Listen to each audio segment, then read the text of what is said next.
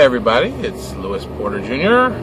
and I'm driving home after a very long day of work.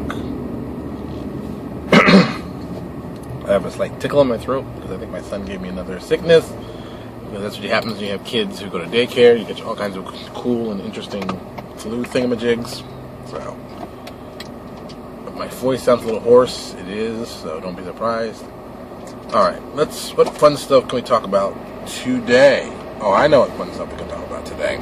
We can talk about... Well, that's not been right. I didn't know that. Fun stuff we can talk about today is Kickstarter. More Kickstarter, but this is going to be a different conversation. Because I'm sitting here... Alright, I don't know if you've been reading my Facebook and now Paizo. I pitched an idea, of course. Another crazy idea, sitting at home, hanging out. I had a rough idea of this before, and now it's more solidified, so let me pitch it to you all. Let me hear what you think. Alice in Wonderland, plus Wizard of Oz, plus Obsidian Apocalypse. Equals, and last time I did this, we did Dark Sun plus Ravenloft equals Obsidian Apocalypse.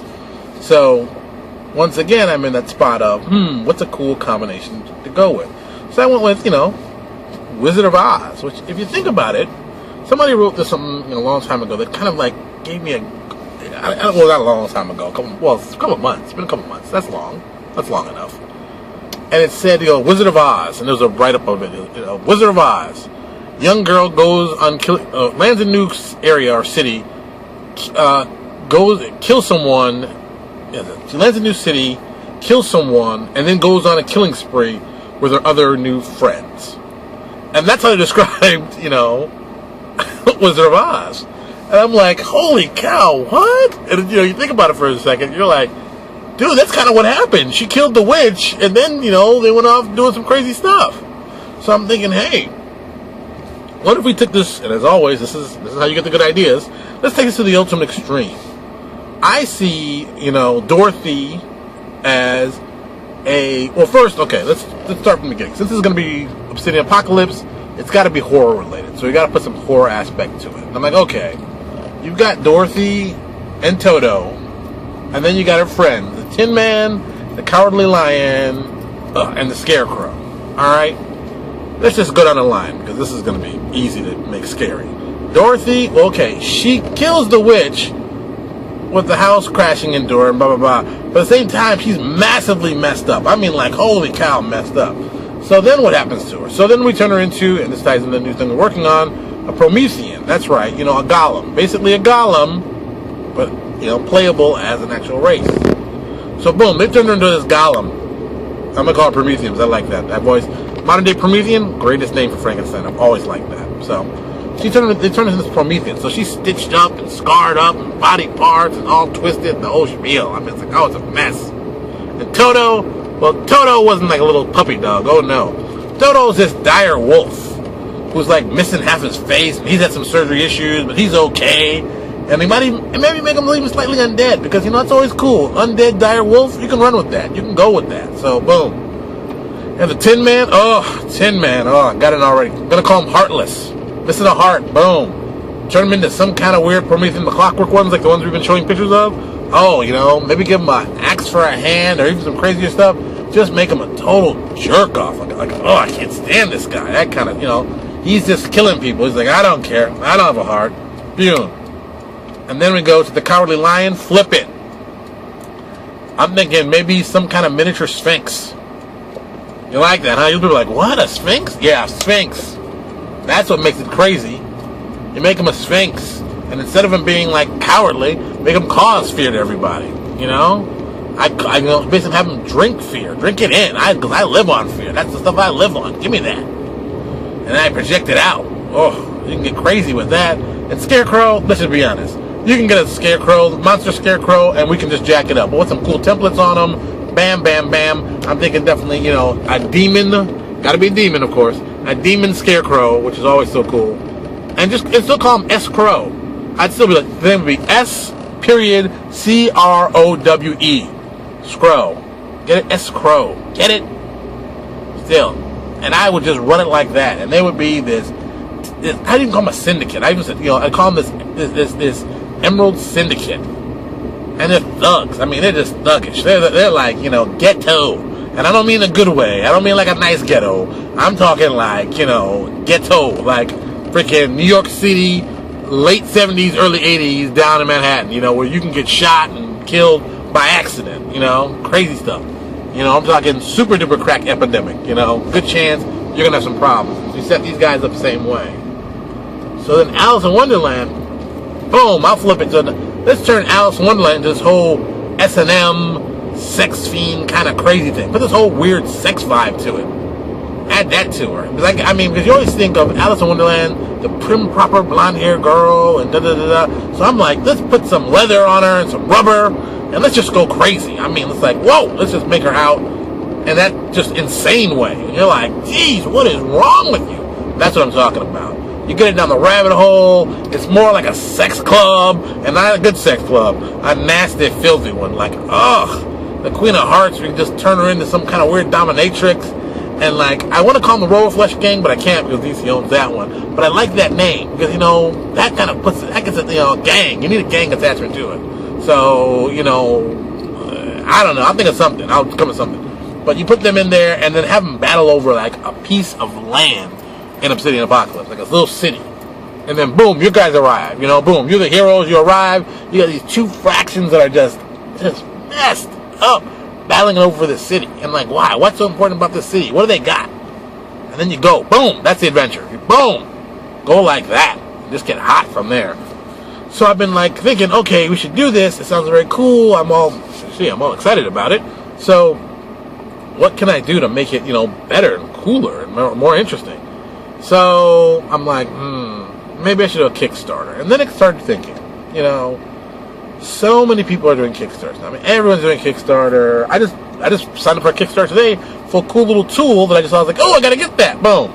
Bought it. Didn't think anything of it, Kickstarter. And I was thinking, it's like, a lot of people are doing Kickstarters. Or Indiegogo, whatever.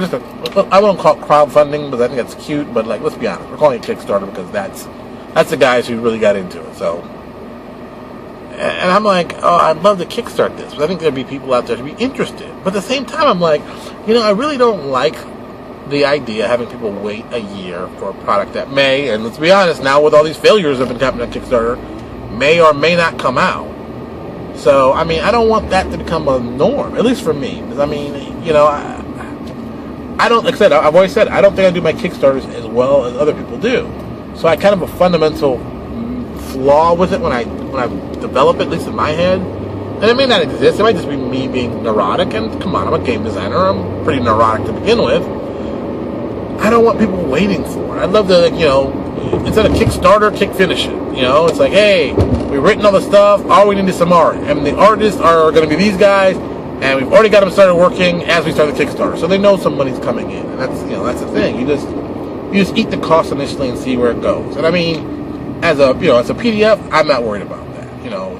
I've worked that business for a long time. That's my main source, doing PDFs. So I don't mind giving people, that kind of thing. Like, oh, the Kickstarter's over. Bam, here's a PDF for it. Go. And maybe we do a print version. Maybe it's a possibility to do a print version. We do, we don't, whatever. But I'm just saying, the PDF will be the main focus. And some people will be like, oh, I don't want a PDF. I want a book. I want an actual book. Well, we'll make you an actual book. Okay, we'll give you the option for a book, of course. And maybe we'll do it in color. Maybe we'll do it full color, action, all done out. But maybe we'll just do it black and white to save you a little bit of money.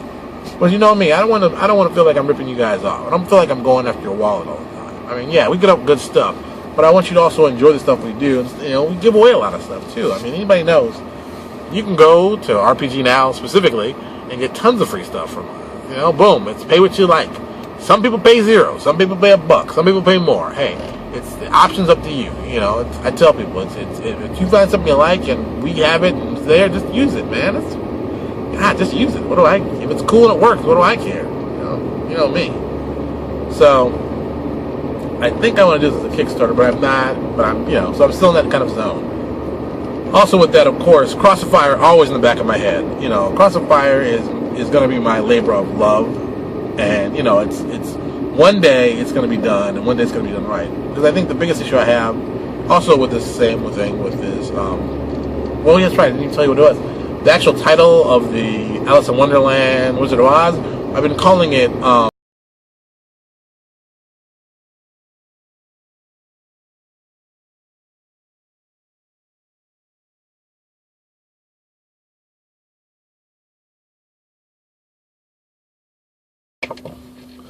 Good morning. See, this is a continuation of yesterday's video where I was so rudely interrupted with a phone call on my phone. I mean, how dare they? Don't they understand that I'm recording stuff on my phone? How are they going to call me in the middle of recording? I'm just like, what the hell? But once again, another interesting point. I got a phone and I do my video recording on a phone. Which one of us is the crazy one? That's the funny part. Alright, speed bump. So I was talking about Kickstarter and stuff like that. So, let me give you, I can't remember exactly where I was because, that was yesterday and today's today. So, but let me talk about a Kickstarter I heard from my good friend, Owen Casey Stevens. Casey, killing characters. Don't let them fool you. That's what it means. Owen always acts like, I don't kill characters. Bad situations kill characters. And I'm like, Owen, I think you killed a couple characters. He's like, I don't know what you're talking about. So, never trust a man with a name initials KC. I mean, come on, man. Killing characters. Who are you kidding? Ugh. Bright. So bright. Alright. So he was thinking about doing a 2-page Kickstarter. And I'm like, okay, this could be kind of, weirdly interesting if you do this right. You set a minimum, you set your minimum. Say your minimum is $100. Let's just say that. Your minimum is $100. You do a 2-page one, and that's the start. And then people were making suggestions. A lot of people were on there, suggesting what you might want to do and add on to it and whatever. And I put in my 2 cents. I'm like, dude, just make it real simple, man. Hey, get yourself, your main goal, how many pages, whatever it is, and then every $100 you raise above that, you write another page. I mean, that's kind of easy math. It's like, boom. So you got a 100-page book. You can cash out with some good cash. You want 1 page is $100. You want 10 pages, $1,000.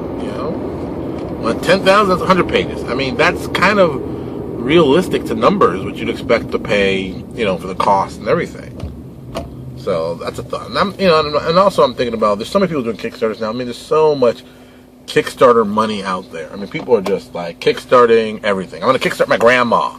It's just it's crazy how much Kickstarter money's out there. So my thought is like, okay, you got to change it up. You know what I mean?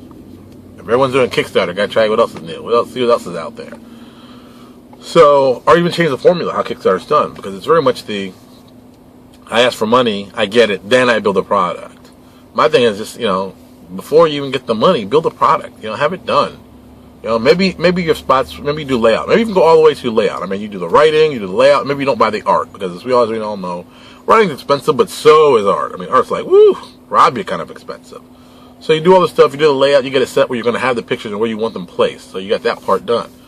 And maybe you show the people, look, I've done the layout part, I just need these parts to our art. Maybe that's the hook. And they say, oh, professionally done, well done, I'll support it.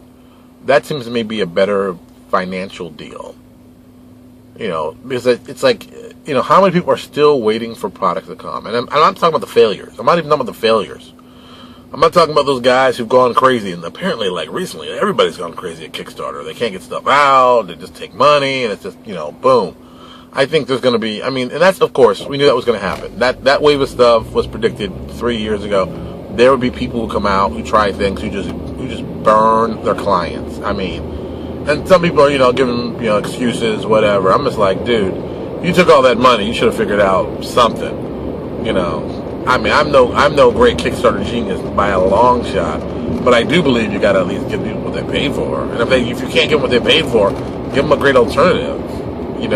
For us, we had some issues, so I was like, okay, you want to change everything? You want some stuff back? Excuse me, I'm still a little sick. I just said, hey man, here's our whole catalog of stuff we sell at RPG Now. Pick X amount of dollars in it, and we'll send it to you. No questions asked. Whatever you want, boom. And it's just a fairness aspect. Hey, hook a brother up or something. Just it's not like I'm asking for a lot here. I just think it's things you can do to compensate for that. And things happen. Don't get me wrong. Things happen. You don't plan for it. you overestimate, you underguess, and then you got to pay money in your own pocket. Hey, a lot of guys do that. That's become like the theme. You know, how badly can I underguess what I want to make? Ta-da! Well, that's what theme we're running today. So, I think you know, when you think about your rewards, I still, as always, think digital. You know, you should only give a physical reward when you have to. You know, go digital. Digital is a great way to give a reward. They get happy, but you don't have to worry about printing it, because that's always what happens. You come up with a great idea, and you're like, oh, we're going to do this thing, and we're going to print it, and then you underestimate the printing cost. I mean, you underestimate the printing cost. Anybody can do that. Everyone, you know, it's easy to underestimate the printing cost. And then you get burned, and then you're pissed off, and then you're mad at people, you know, and then you look like an idiot. And it's like, ugh, or even worse. You're doing the Kickstarter, everything's going great in your life. You lose your job. You see that Kickstarter money, you know, you ask for, you know, $2,500, you got 16 grand. And you go, well, I'll just take a little money out till I need a little bit of stuff to get myself off the bank. Don't worry about it. I don't worry about it. I'm gonna make sure that money comes out. Don't worry about it. I'm gonna cover it. Don't worry about it. What happens? You go unemployed for 6-7 months. You burn through all that money that you used for this Kickstarter money, and then you're sending out the note. Oh, I'm sorry. You know, I didn't think this would happen, and I used your money to live on. I hope you understand. Good luck. And it's like, wow. I think the smarter piece would be when something goes down, and things go down all the time. I mean, you know, I will tell you specifically, things happen, and I understand. But get ahead of it. Get ahead of that as soon as you can. Don't let that wait. Don't let that fester. Because, man, your fans will go from friends to enemies quick. Especially when there's money involved. I mean, you know, say what you like. They may still love you and care about you, but they're going to remember that, you know, you burned them. And even better, you know, if you come and you're somebody who comes and saves the Kickstarter as it is, they're going to remember that guy too, because that guy saved them some money. It's just things you do, things that some people are willing to do. I mean, it's kind of upsetting. It's very upsetting that so many Kickstarters have started to fall apart. And people, it's not even like they haven't planned for it. It's just things have happened that have been just out and out devastating to the Kickstarter, devastating to what was planned, and devastating as a whole. You know, it's just, it's rough. It's rough. I mean, I can't put it any other way, but it's rough. People gotta find some way to, you know, do the right thing. But like I said, I'll go back to Owens. I think doing a small, hyper small, what's what I'm going to call hyper small, 2-page thing to start might be a cool way to really get people on board for the Kickstarter. You know, it's a small amount. You'll hit the amount, and then you just go up from there and see what happens. So I think people want cool stuff, but I think people also just want useful stuff. I mean, you know, I'll say, you know, Obsidian Apocalypse did very, very well. But we took 2 niches in Pathfinder that I think people enjoy, you know.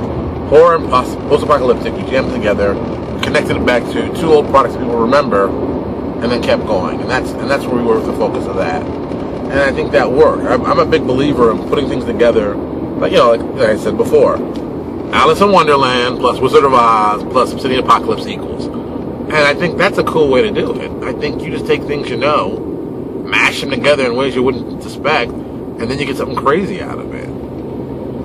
You know, let's fine. Let me just do something, you know. Here's one. Mass Effects plus... Give it something else that's a really weird combination. Mass Effects plus...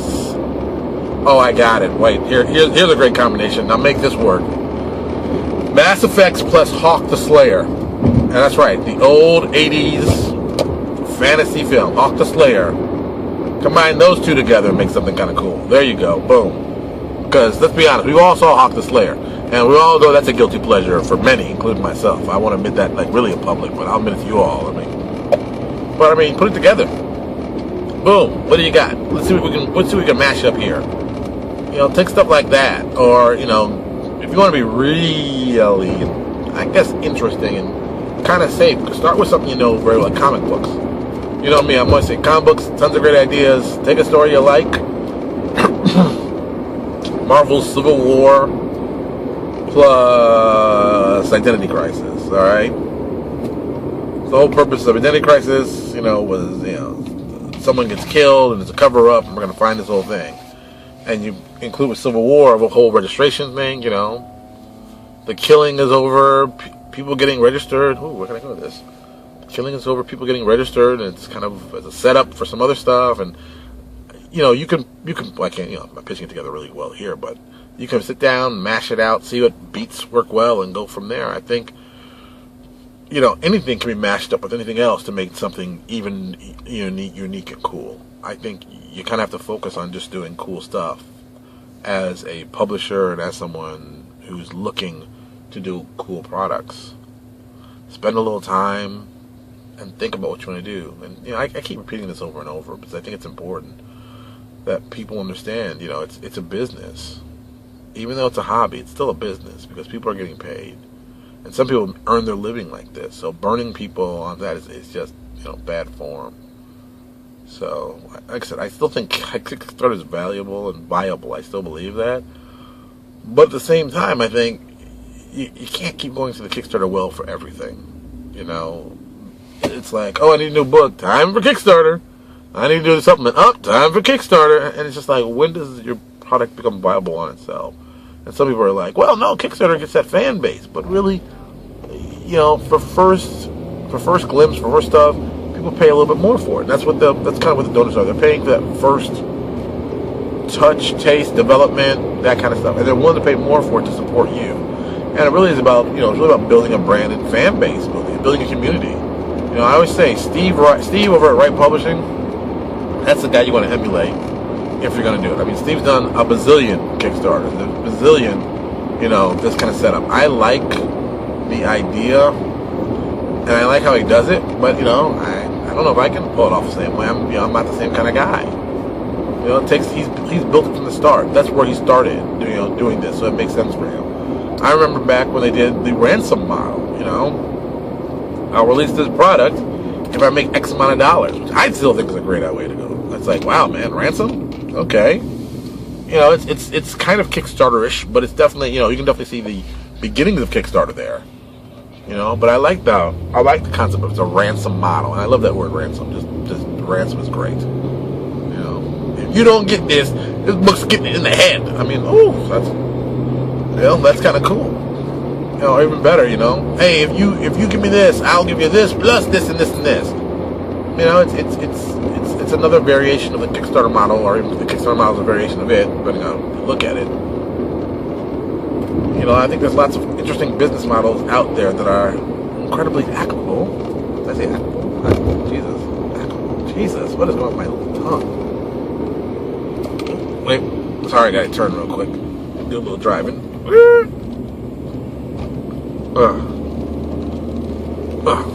To this business model. So I just think people need to focus on gonna go blind. Focus on making great products and making a great business model. I mean, if you let's look at Legendary Games, prime example. Other Legendary and I can do Rogue Genius because they're kind of doing the same thing. Both of them have followed the model that I've suggested. It's still one of the better ones to do. Release a product a week. It's the best way to gain market share quickly, and for lack of a better term, keep yourself in the forefront of products. And it is difficult. Releasing a product a week is kind of difficult if you're not prepping up for that. And I mean, some people do it. Some people do it on a regular basis. Rogue and Legendary have focused on that. That's why their name's out there. That's why you keep seeing their name constantly out there with product and new stuff. Some people do the once-a-month release model. Some people like me focus on selling the back catalog. I mean, that's something I'm a big believer in, selling the back catalog. The new stuff's great, but there's a ton of great stuff that you maybe haven't seen before, and it just amazes me when people don't see it. For example, Jesus, my throat. For example, D20 Modern stuff I have, still selling. I mean, D20 Model's been dead for a long time, but that stuff still sells consistently. I get, maybe 40 or 50 products per month moving that is old D20 Modern stuff. So I'm like, why would I take D20 Modern off my books, man? It still sells. I wish someone would do a Pathfinder Modern so I can make some money on that and update these bad boys. I think there's money out there to be made, and you can do it in so many different ways. You just got to focus on what way works best for you. And just because it doesn't work best for you doesn't mean it's an invalid model. It just means it doesn't work for you. Accept that. Oh, alright, so I'm also going to make some suggestions. I'm going to leave it up because I'm sure I'll get blind in a second. Make some suggestions of stuff people should be reading or even watching. Because of late, I've been on the YouTube channels watching Seth Godin. Oh, not Seth Godin, good lord. That's funny to think about Seth Godin. Gary Vaynerchuk, who does Wine Library, WineLibrary.tv, Vander Media. I'm sure you read some of his books. His new book, like I said, the newest one is Jab, Jab, Jab, Jab, Right Hook. And it's a great book. Jesus, my throat, what is going on here? It's a great book to read, and I think a lot of people will like reading it and will actually be inspired. And if you ever just want to see something interesting, type in Gary Vaynerchuk into YouTube and just watch some of his videos. I mean, the guy's got a lot of great ideas about what to do to really get involved. It's like, people who are looking to build community. That's the guy you should be watching. I mean, he is cutting edge on every way, shape, and form. He gets it, he understands it, and he does everything. And even better, he walks the walk. You just have to watch him. Gary Vaynerchuk, of course, Seth Godin, who's done tons of stuff. Purple Cow, always good stuff. There's always a lot of good stuff in there for him. I think if you're really serious about tactics to use, he's great for that. I mean, Small is the New Big. It's one of my favorite books because there's a lot of just good ideas. A lot of good ideas of what to do to get yourself noticed. That really, a lot of them don't cost money, just smart strategy. Thinking about it. How would you do this? How would you do that? How would you focus on this? Just like I said, smart strategy. That's also important too. So you got to pick and choose the right stuff, but try out everything once. Don't negate something because you don't know or you're afraid. Don't kid yourself. A lot of stuff I do, I don't know if it's going to work or not. And I'm terrified, but I still do it. I think that's the other part. You got to just do it. Because if you don't do it, you never know. It might be $1 million idea. I mean, I've tried things that I didn't think were going to be good sellers and became great sellers. I did things that I thought would be great sellers and did crappy. You just got to put it out there. Just put it out there, try it, and see what goes on. I mean, that's all I can say about that.